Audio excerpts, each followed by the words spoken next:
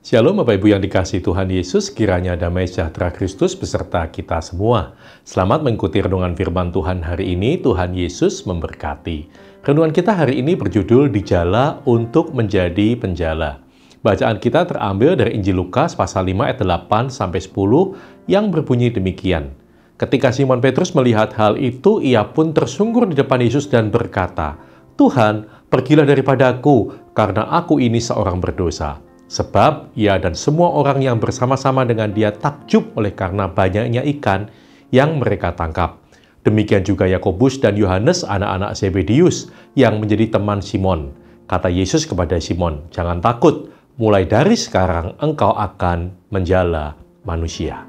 Bapak Ibu dan Saudara sekalian, dalam dunia modern, pola rekrutmen yang paling sering dipakai karena terbukti keberhasilannya adalah brainwashing atau cuci otak.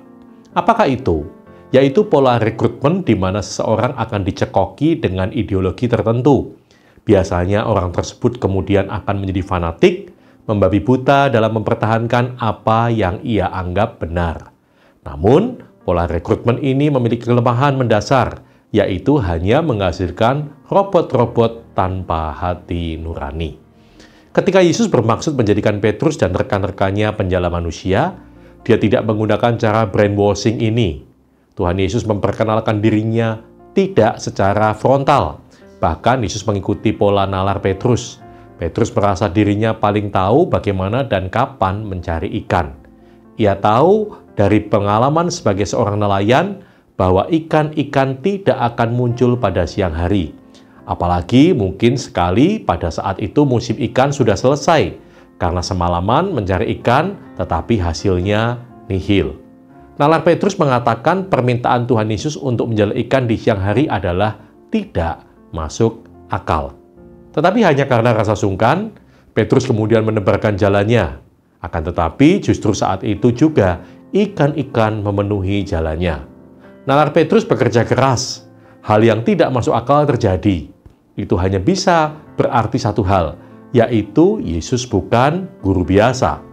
Yesus pasti seorang nabi yang berasal dari Allah. Petrus, mewakili kebanyakan orang, keliru memahami Yesus. Yesus pada awal-awal pelayanannya menyatakan kemesiasannya bukan dengan pernyataan diri, melainkan dengan pengajaran dan karyanya.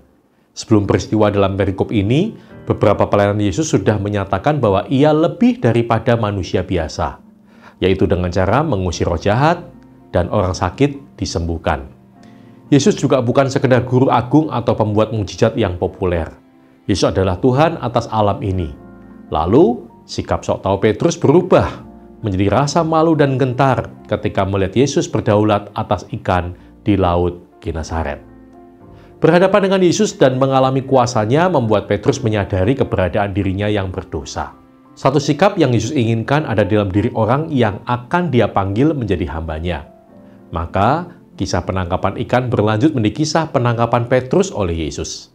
Sejak saat itu, Petrus akan menebarkan jalannya di laut yang berbeda, yakni lautan manusia yang membutuhkan Kristus. Dihadapkan kepada pengenalan akan ketuhanan Yesus, Petrus menyadari dirinya adalah orang berdosa.